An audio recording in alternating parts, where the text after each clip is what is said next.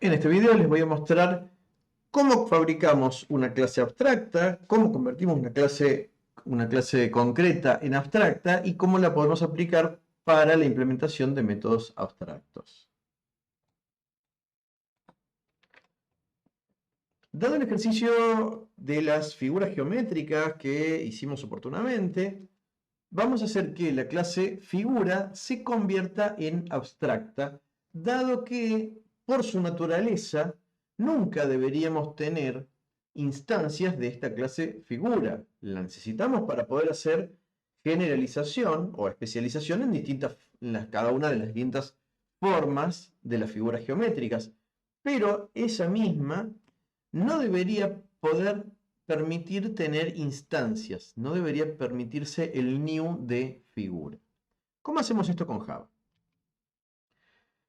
Disponiendo de esta clase figura, de la cual sabemos que no debería existir nunca una instancia, ya que, por un lado, conceptualmente no existe una figura geométrica genérica, sino que tiene alguna forma. Y por otro, que este método superficie había quedado mal programado porque no debería nunca hacer un retorno de -1. Para poder garantizar que este método nunca sea invocado, es decir, esta versión del método nunca sea invocada, lo que podemos hacer es marcar al mismo como abstracto. Un método marcado como abstracto ya no puede tener implementación, por lo tanto no va a tener ni siquiera el par de llaves, ni mucho menos ese return que claramente es un valor ficticio e incorrecto, sino que va a tener que estar su definición finalizada con un punto y coma. A partir de acá ya el compilador nos está dando un error porque nos dice que si tenemos un método abstracto, la clase a su vez también debe estar marcada como abstracta. Luego, esto nos provee varias conclusiones o varias consecuencias. La primera consecuencia, la cual es completamente evidente, no voy a poder tener ninguna manera de hacer new figura. En el caso de que intentemos hacer un new con esta clase abstracta, ya nos va a dar un error el compilador. En este caso el error es bastante claro, nos dice figura es abstracta, no puede ser instanciada y de acá no podemos salir. Claramente esta clase para poder funcionar requiere tener al menos una clase derivada y por lo tanto instanciar correctamente sus derivadas. En este caso tenemos círculo y rectángulo como derivadas y puede haber en un futuro otras clases, cualquier cantidad de clases. Podemos tener una figura triángulo, cuadrado, hexágono, lo que fuera.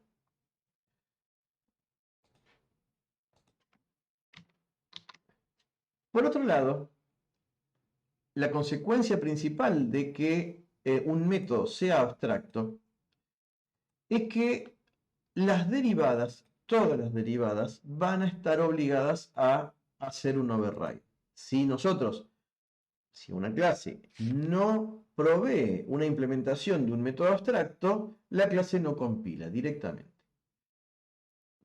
Por ejemplo, si yo acá borro el método, inmediatamente ya en la cabecera de la clase no compila y nos dice círculo no es abstracta y tampoco sobreescribe el método abstracto superficie. Es decir, una clase concreta, una clase que no sea abstracta, tiene que proveer overrides para todos los métodos abstractos de la base.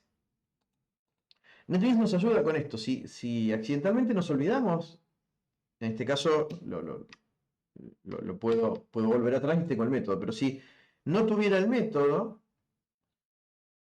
en el error ya NetBeans nos ofrece la posibilidad de crear el método abstracto.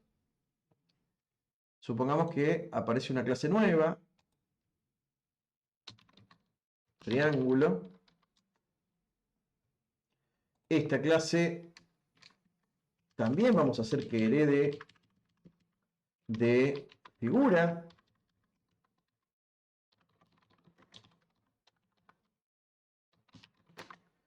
Y dado que figura es abstracta y tiene un método, al menos un método abstracto, ya mismo NetBeans nos está ofreciendo una recomendación.